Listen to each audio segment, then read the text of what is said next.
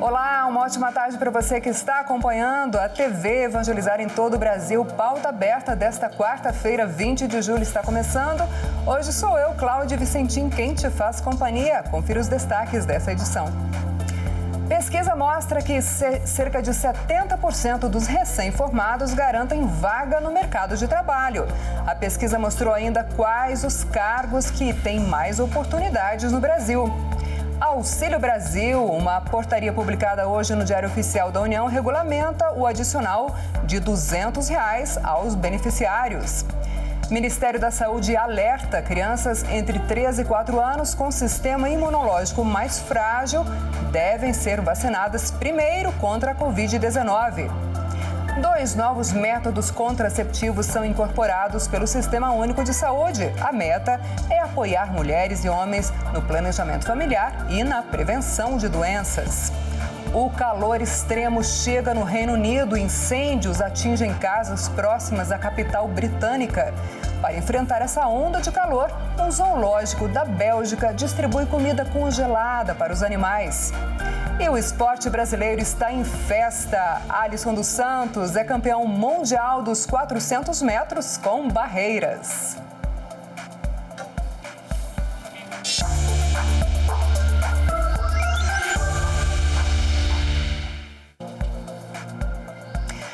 Pauta aberta dessa quarta-feira no ar, e uma pesquisa mostra que cerca de 70% dos recém-formados garantem vaga no mercado de trabalho. A pesquisa mostrou ainda quais os cargos que têm mais oportunidades no Brasil. Segundo o levantamento divulgado esta semana pela Associação Brasileira de Mantenedoras de Ensino Superior, durante a pandemia, 69% dos graduados garantiram colocação no mercado de trabalho um ano depois da formatura. Essa pesquisa foi realizada com quase 2.000 formandos entre 2020 e 2021 e mostra ainda que mais de 48% das pessoas estavam em ocupações formais, mais de 10% trabalhavam como autônomos ou profissionais liberais, mais de 2% como empresários e cerca de 2% estavam na informalidade. Os profissionais de TI estão no topo da lista com mais oportunidades, 82%, e declararam que conseguiram emprego logo após a formatura. Em segundo lugar, aparecem os cursos de engenharia. 77% dos profissionais estão no mercado de trabalho. Os profissionais de saúde ficaram em terceiro lugar, com 72% deles empregados. A pesquisa mostrou que a empregabilidade entre os alunos de cursos remotos foi a mesma em comparação com os estudantes de cursos presenciais.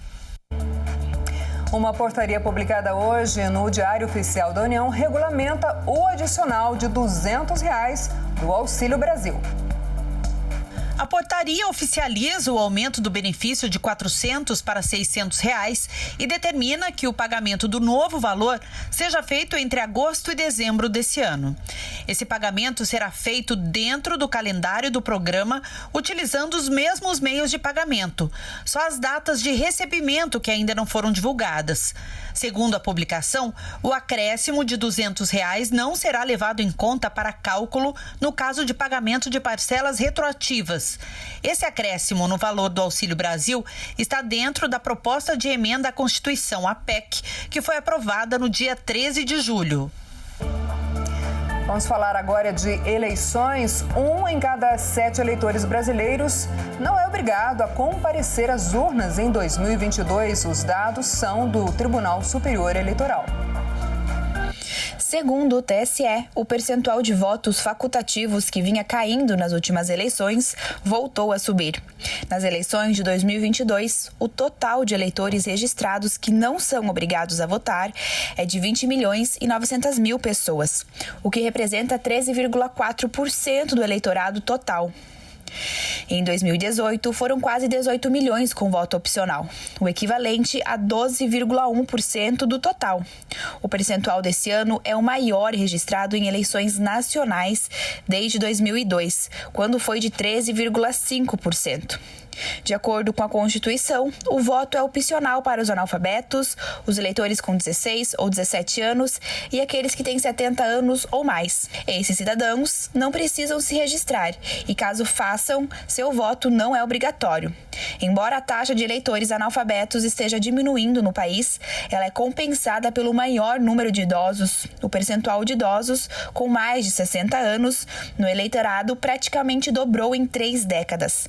Essa mudança no perfil do eleitorado é natural, uma vez que há uma mudança na pirâmide etária brasileira, com o aumento da expectativa de vida e a diminuição da taxa de fecundidade. Segundo especialistas, o voto facultativo pode ter peso decisivo nesse ano, por se tratar de uma disputa polarizada entre 2 candidatos.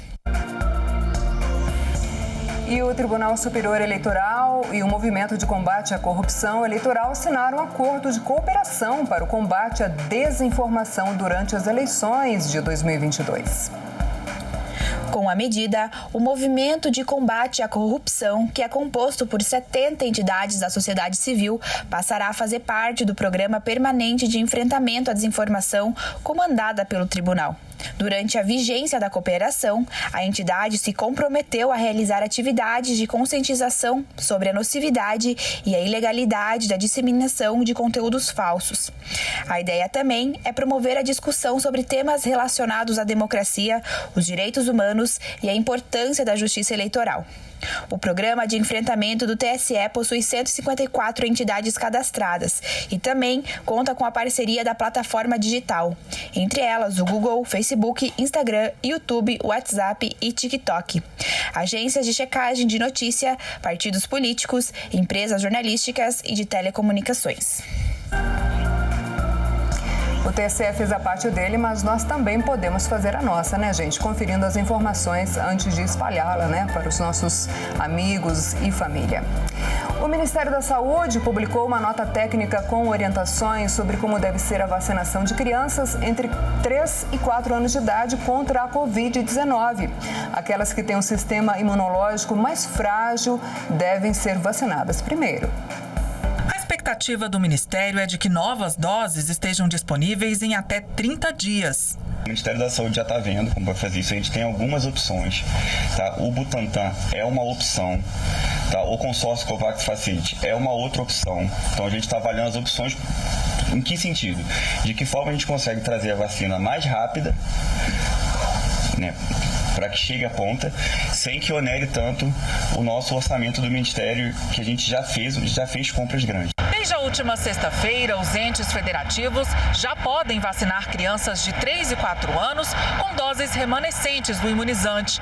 No levantamento feito junto aos estados, o Ministério da Saúde aponta 1.200.000 doses de vacinas para essa faixa etária. A pasta aguarda ainda o número de vacinas estocadas nos municípios. A depender das necessidades de cada lugar, pode haver um remanejamento. Se precisar fazer algum ajuste em termos regionais, de repente no DF, por uma estratégia que eles utilizaram mais Coronavac e outros estados não, tem uma sobra. A gente se compromete a fazer a logística para poder fazer esse remanejamento. O Ademir, que já vacinou a filha mais velha, de 10 anos, agora pretende levar a Júlia, que tem 3, para tomar o imunizante. Ela está em ambiente escolar, que criança pequena, a gente sabe que não é difícil de controlar todo mundo com máscara ou higienização, principalmente nessa idade da Júlia, né, de 3 anos. Por isso que a gente está muito convicto de que é a melhor opção a se fazer. A vacina é de graça, não custa nada a gente reforçar, né, o cuidado com as nossas crianças. Vamos continuar falando de saúde? 2 novos métodos contraceptivos foram incorporados pelo Sistema Único de Saúde. Eles se somam a métodos já oferecidos pelo SUS. A meta é apoiar mulheres e homens no planejamento familiar e na prevenção de doenças. Rayane é mãe do Nicolas, de 5 anos. A gravidez não programada aconteceu quando ela tinha 16 anos. Hoje, em um relacionamento sério, trabalhando e fazendo faculdade, outro filho não está em seus planos. Por isso, optou por colocar o dispositivo intrauterino, mais conhecido como DIU. Eu usava o injetável, mas eu acabei esquecendo e aí eu optei pelo DIU. Prefiro estudar, terminar minha faculdade e ter uma vida estabilizada. Para depois ter um outro filho.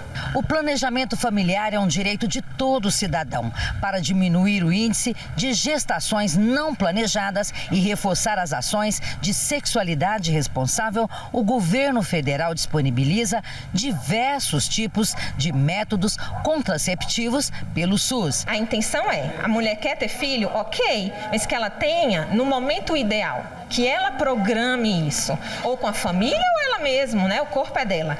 Então, planejar é o ideal. Além do DIU, o SUS oferece preservativos femininos e masculinos, anticoncepcionais em pílulas e injetáveis, diafragma, laqueadora e vasectomia. Tudo de graça. Para ter acesso aos métodos contraceptivos, é só procurar uma unidade básica de saúde. A mulher ou o homem, ele é acolhido, ele tem uma escuta uma escuta qualificada, uma escolha junto com o usuário do qual o melhor método contraceptivo para aquele usuário. E aí esse método é disponível dentro da farmácia básica. Em 36 anos, o Brasil teve quase 20% de seu território queimado, uma área de 1.670.000 quilômetros quadrados. E todos os anos, os estados buscam conscientizar a população sobre como enfrentar esse problema. Aqui no Paraná, os trabalhos já começaram. Vegetação seca, baixa umidade do ar e a estiagem facilitam a propagação das queimadas. E os incêndios florestais representam um grande desafio para o meio ambiente. Só de janeiro a agosto de 2021, os casos aumentaram 24% em comparação com o mesmo período de 2020. Pensando em conscientizar a população, a Associação Paranaense de Empresas de Base Florestal, junto com órgãos e instituições do Estado, lançaram a Campanha Estadual de Prevenção e Combate a Incêndios Florestais 2022. Nós que já passamos mais de 2 anos com crise hídrica, com problemas sérios de perda de produção, de perda de eficiência, seja por seca, seja por geada, seja por outros fenômenos, nós não podemos correr mais um risco, né, fora de controle. É uma campanha eminentemente educativa, né, que visa, enfim, alertar todos aqueles que, de alguma forma, no meio rural, produzem madeira, produzem grãos, manejam pastagens, mas também a forma de orientar, alertar o cidadão comum que faz turismo, que faz caminhada, que faz ecoturismo, porque nesse momento que nós estamos aí com mar de milho maduro, colhendo ou pronto para colher, é muito fácil termos aí, por exemplo, fogo. Além de um alerta para a população sobre o perigo e as consequências que um incêndio florestal traz à natureza e também para as comunidades, o propósito da campanha é de mostrar quais ações podem causar incêndios e o que os produtores rurais, agricultores, podem fazer ao avistar um foco. Nós somos 46 associadas que já vêm atuando nos últimos anos com equipes de combate a incêndio, prevenção, treinamentos, uma estrutura robusta para que seja feita essa prevenção e esse combate. A ideia desse evento é justamente compartilhar com as outras associações e instituições a experiência que nós tivemos e que nós temos e que a gente vem desenvolvendo ao longo dos anos dentro do estado do Paraná. É uma campanha que vem em boa hora para que a gente oriente, a gente alerte, que a gente diga como é que é o melhor procedimento, inclusive dizendo quais são as penalidades para aquele que voluntária ou involuntariamente provoque algum incêndio, né, no meio. O foco aqui hoje é mais florestal, mas a gente estende as asas um pouco mais para todo o aspecto de possível incêndio no meio rural, né, que traria, repito, aí enormes prejuízos ao solo, à vida no solo, aos pássaros, aos animais terrestres, enfim, todos aqueles que de alguma forma podem ser comprometidos com um incêndio que possa fugir do controle. O calor e as queimadas não é só problema no Brasil, não. O calor extremo chega na Europa, no Reino Unido. Incêndios atingem casas próximas à capital britânica. Incêndios próximos à capital da Inglaterra assustaram moradores. A maioria das chamas teria começado em terrenos de capim seco. Diversas pessoas tiveram que ser hospitalizadas devido ao fogo. Os serviços de emergência sofreram com a falta de bombeiros, já que nunca lidaram com tantos focos de incêndio como antes visto. As chamas consumiram várias casas. Segundo a imprensa local, os focos se concentraram na região leste da cidade. Nessa semana, a Inglaterra bateu o recorde de temperaturas. A máxima chegou a mais de 40 graus Celsius. O inglês, acostumado a tomar o chá da tarde para se esquentar contra o frio, enfrenta agora o inverso para encarar o calor. O verão já era previsto, mas não da forma que está agora. E as altas temperaturas já causaram 500 mortes na Espanha, sendo essa onda de calor extremo uma das piores já registradas naquele país. Infelizmente, as mortes são provocadas por incêndios e por hipertermia, que aumenta a temperatura do corpo além dos níveis suportáveis pelo ser humano. Mas pelo menos os bichos estão tendo um alívio e para enfrentar essa onda de calor, um zoológico da Bélgica está distribuindo comida congelada para os animais. O calor não afeta a vida somente dos seres humanos. Na Bélgica, um zoológico na região de Valônia precisou tomar medidas para aliviar a vida de seus moradores. Uma delas foi pela boca. Grande parte dos animais ganhou suculentos picolés ou comida gelada.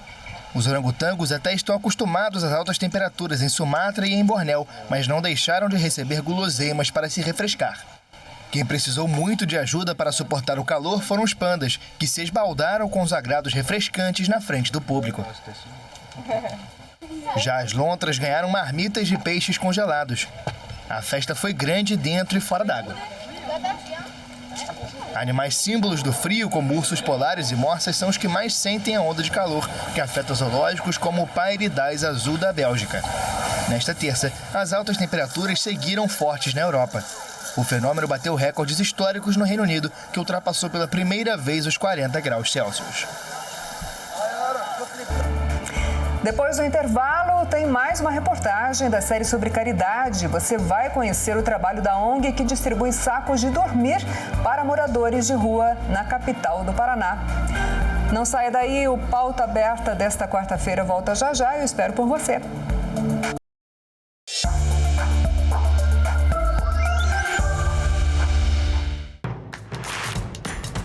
Não perca mais nenhum vídeo da TV Evangelizar. Inscreva-se agora.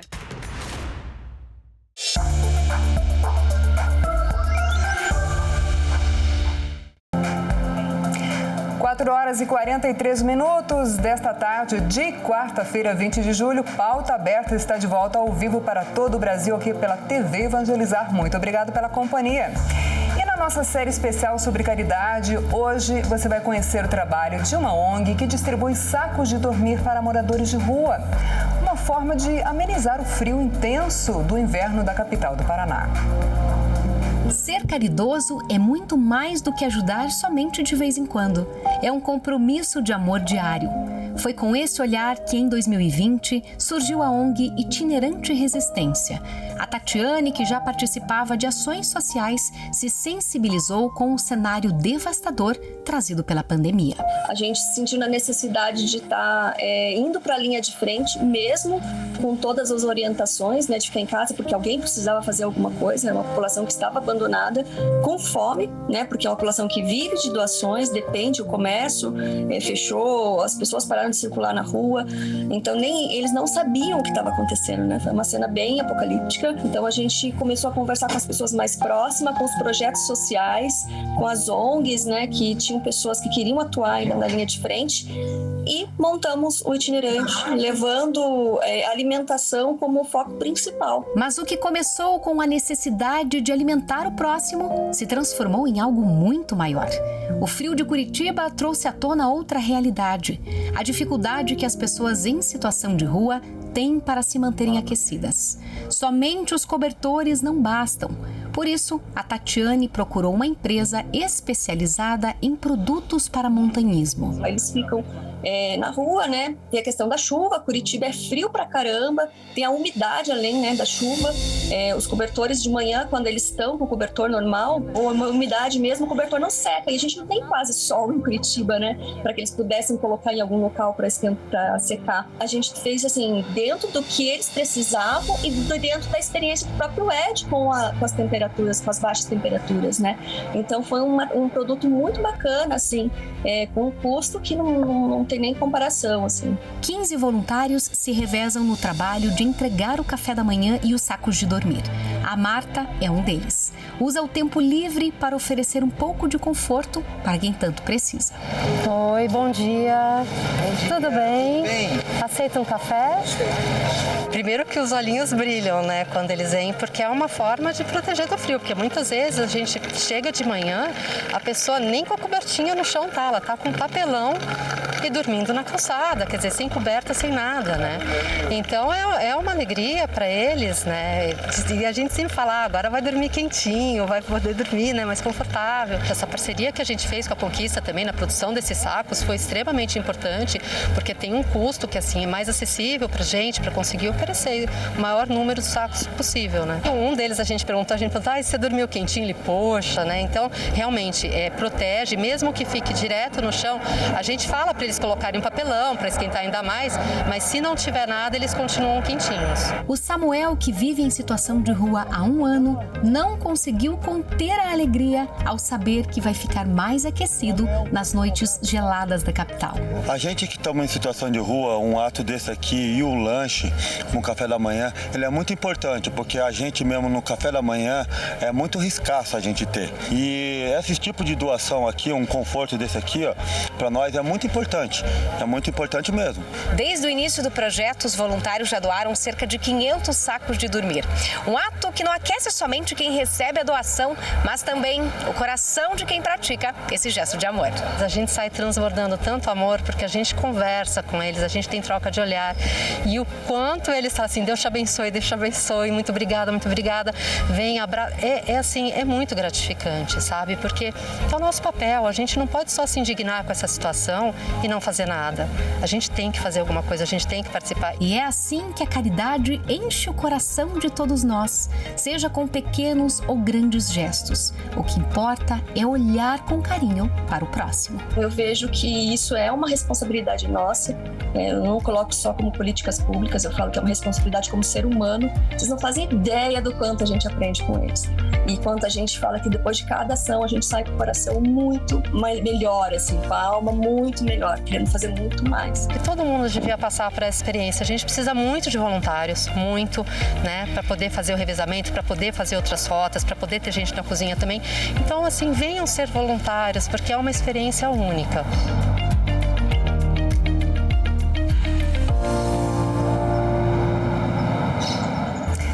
Boa notícia no esporte, o brasileiro Alisson dos Santos é campeão mundial dos 400 metros com barreiras.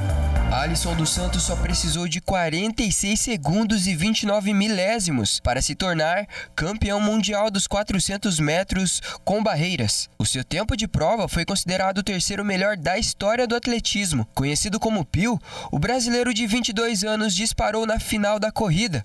Aos poucos, foi superando seus rivais. Sua performance na prova garantiu o primeiro lugar no pódio e medalha de ouro na decisão que aconteceu em Oregon, nos Estados Unidos. Os favoritos da casa, os americanos Ray Benjamin e Trevor Bassett, ficaram com prata e bronze. O brasileiro ainda relatou o gosto que foi fazer a prova, dizendo que foi um momento indescritível, tendo uma sensação maravilhosa, especialmente quando se trata de chegar ao topo do mundo. E trabalhamos duro, mas a gente se divertiu nesse caminho, sabe? Agora é só aproveitar, cara. Essa vitória é nossa. Parabéns pro Alisson e boa sorte para os nossos atletas brasileiros, não é? Os nossos repórteres Fabiana Vantucci e Ivan Marcos mostram a trajetória da restauradora Ângela Maria Palanicheski nas ilhas do litoral paranaense em busca de imagens de santos para serem restauradas ao longo das comunidades ribeirinhas. Sua história de fé, doação e religiosidade virou um documentário. Há cidade de Paranaguá, no litoral paranaense, tem histórias que surpreendem, encantam e fortalecem a nossa fé. Uma delas é a da Ângela, que sempre admirou os anjos e assim se apaixonou pela arte sacra. Paixão que tomou forma quando ela decidiu restaurar imagens. Eu já tinha essa paixão, já tinha esse estudo, tinha algumas peças em casa já. E quando eu soube do grupo que estava formando aqui no santuário, imediatamente eu vim para cá. E a partir daqui eu comecei a me especializar mais, buscar mais cursos e sempre aprender. Porque a arte, como tudo na sua vida, ela sempre tem coisas novas para você aprender. A primeira restauração que ela fez sozinha ainda está no santuário de Nossa Senhora do Rossio. É a imagem de Santa Terezinha. Eu trabalhei nela, acredito que quase 8 meses. Ela estava pintada com tinta esmalte, camadas bem grossas, então ela teve que ser muito lixada até nós chegarmos nas cores naturais dela, de origem, né? Mas é claro que o trabalho que começou aqui foi muito mais longe. Atravessou as portas do santuário e chegou até lugares que a Ângela nem imaginava. E assim, teve início um novo capítulo nessa história.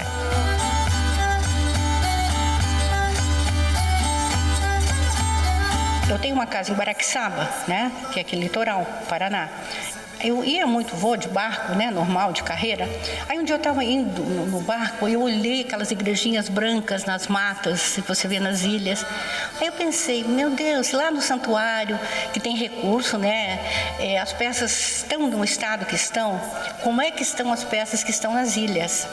Aí eu fiz o primeiro contato com uma ilha, as pessoas, pelo amor de Deus, vêm aqui. Aí comecei a restaurar. O que eu fiz daí? Mapeei.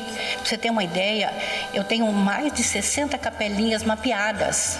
A Ângela fica hospedada na casa dos moradores, vive a realidade deles. Trabalha onde é possível, qualquer cantinho é suficiente para trazer de volta a originalidade de cada peça. Então a minha ação é pontual, é recuperação, é permitir que aquela peça dure mais 50 anos. Eu não tenho luz às vezes nem para pintar a peça, eu só posso trabalhar durante o dia. Então eu tenho que improvisar muitas vezes para conseguir um resultado no final de semana, fazer uma restauração que seria feita num ateliê em 5, 6 meses, 7 meses. Já são 10 anos de trabalho e cerca de 150 peças restauradas. Entre elas, algumas relíquias. Você encontra Dom Bosco, peça originalmente da tradição cultural italiana. Aí eu começo a conversar com as pessoas mais antigas das comunidades e faço meio que um registro. Quem trouxe essa peça? Ah, meu avô sabe quem foi. Posso falar com o seu avô?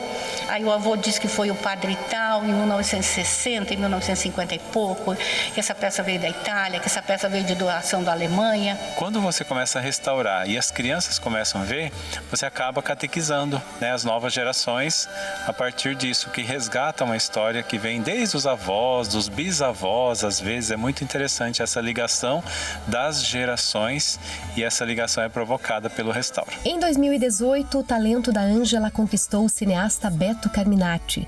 Impressionado com a mulher que não vê barreiras para cumprir sua missão, quis levar essa história para as telas e produziu o documentário Senhora das Imagens. Eu estava passeando, né, no amanhecer por uma vila de pescadores e encontrei a dona Ângela na varanda de um pescador fazendo a restauração de um São Pedro. Tomei a dona Ângela de assalto, assim, falei, eu vou fazer um filme sobre a tua vida. E na hora eu já tive a ideia de trabalhar o tema da restauração como uma transfiguração da realidade interna que a gente tem, da necessidade de sempre estar se renovando, restaurando.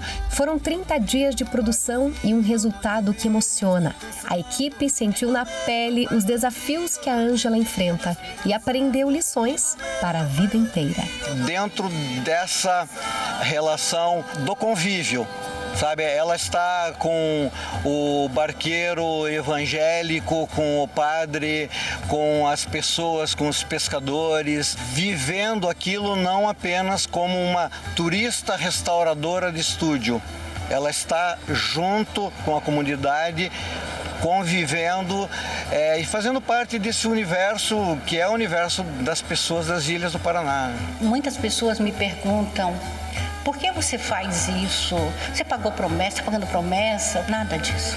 não tem a ver com recompensa. Cada um de nós tem um dom, ou vários dons. Faz o que você puder por alguém. Então, isso me faz feliz, isso me faz ser grata a Deus. E as pessoas perguntam, o que é que você ganha com isso? Muito, muito, porque eu posso entender a vida sobre vários olhares.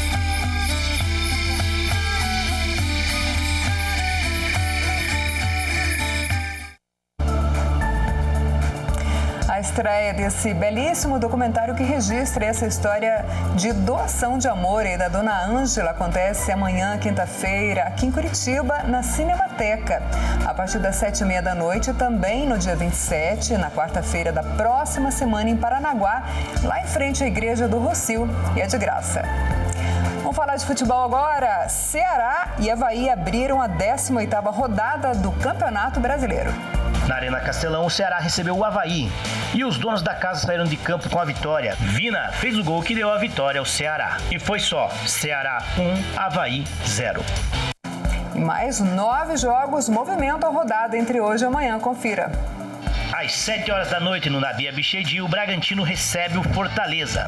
No mesmo horário, no estádio da Serrinha, tem Goiás e Fluminense. Às 7h30 da noite, na Arena da Baixada, tem o confronto dos Atléticos. Atlético Paranaense e Atlético Goianiense. Às 8h30, no Mané Garrincha, tem Flamengo e Juventude. Às 8h30, no Gigante da Beira-Rio, tem jogo que já foi final de Libertadores, Internacional e São Paulo. Na Neoquímica Arena, às 9h30 da noite, o Corinthians joga contra o Coritiba.